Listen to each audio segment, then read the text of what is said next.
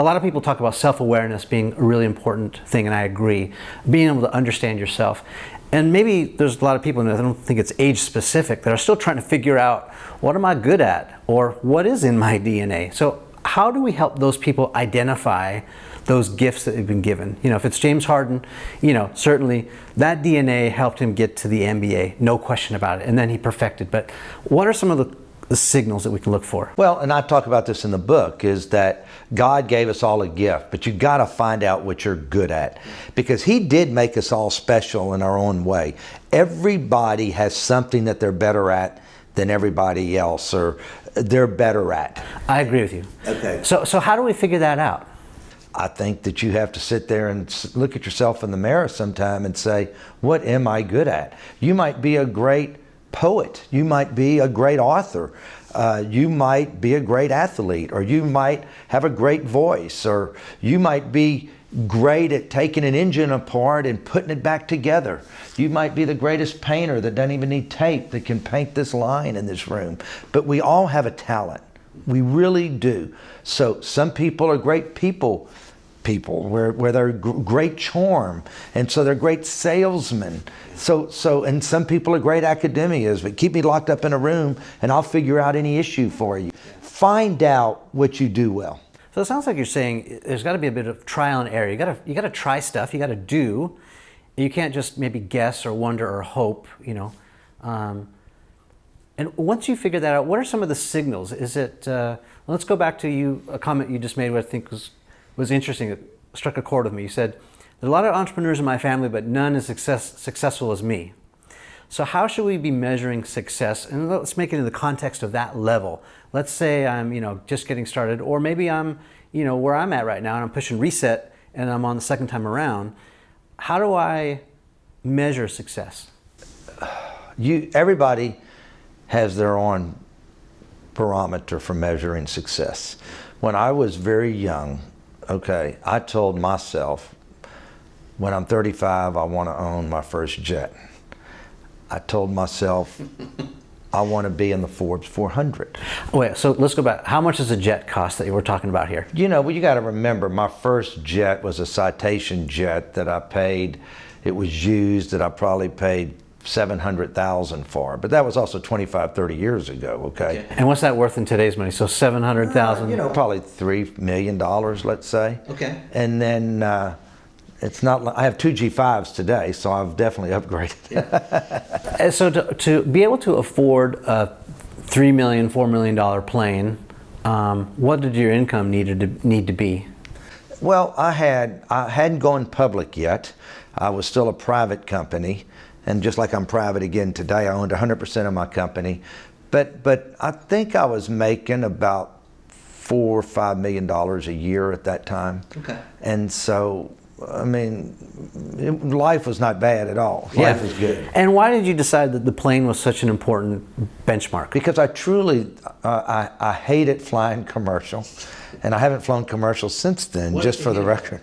Just the aggravation and where you sit and you get stuck in a middle seat or whatever, just jacked with the airport, and then you sit on the tarmac, and I just said, this is not good. And then I was trying to grow my company, and so honestly, I was opening a restaurant in Austin, Texas, and the last flight out of Austin was at 8:30 in the evening. So I couldn't even be there really for the dinner hour, because I had to get on the plane and come home. So I'm going over to the terminal, but yet I see down this road Austin Jet, sales, rentals, whatever. And I just walked in there one day and started talking to them. And next thing you know, a few months later, I had my own jet. Yeah. I just got a little flash of Elon Musk, and Elon here in LA. He's got a company in Hawthorne, not far from here, and he hates traffic. And so, instead of, he's a problem solver. Like, it sounds like you're a problem solver. He's decided he's going to burrow underground and build a tunnel underneath all the traffic. So it sounds like that's what you were trying to do. Well, see, I don't need to go underground, because I just use a helicopter to get to the airport.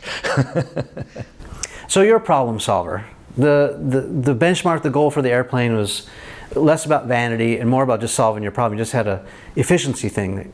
Time was valuable, all the hassle of that.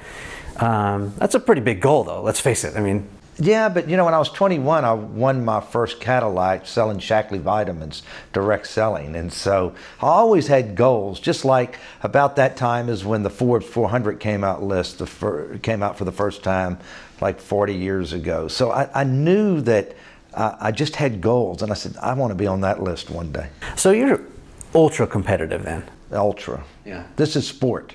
Yeah. This is sport. Were you an athlete growing up? Yeah, through high school, Yeah. but wasn't good enough to go to the next level. And you recognize that though? Oh, 100%. You have to recognize what you're good at and what you're not. Because you're originally from Texas, right? Still from Texas. And what sport was big growing up? Was it baseball? Was it football? Football. Yeah. Yeah. Yeah. Did you try sports? Oh, yeah, I always played them, all through junior high and high school.